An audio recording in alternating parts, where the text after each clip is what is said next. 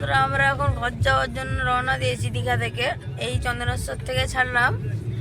তো এখন বাজছে আপনার 9:10।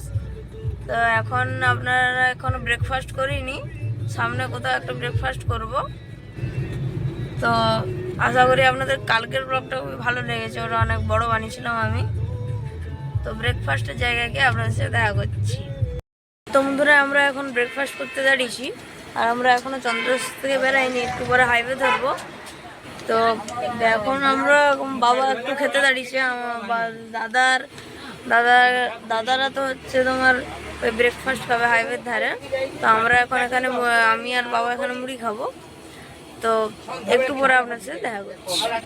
এখন বন্ধুরা রাস্তায় একটু দাঁড়ানো হয়েছে চা খাওয়ার জন্য, সবাই চা খাচ্ছে, আমি গাড়িতেই আছি, আমি যাইনি, চা ভালো লাগে না আমার।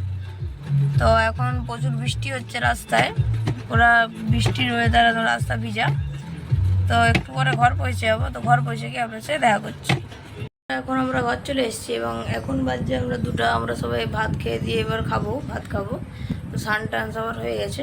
তো বিকালে আমার এখনই একটা 2টা থেকে পড়া আছে, এরপর আরও একটা পড়া, এরপর 5টা থেকে পর একটা পড়া আছে। তো বেশি ব্লগ বানাতে পারবো না, তাও চেষ্টা করব। তো বিকালে আমার দেখা হচ্ছে। এখন হয়ে গেছে রাত্রি এবং এখন বাজছে রাত্রি 10টা। তো ওখানে আমি বিকাল থেকে আর সন্ধ্যাবেলা কিছু দেখাতে পারিনি, কারণ পরপর পড়া ছিল। তো আবার আমি পরের দিন নিয়ে আসবো নতুন ব্লগ। তো ততক্ষণের জন্য বাই।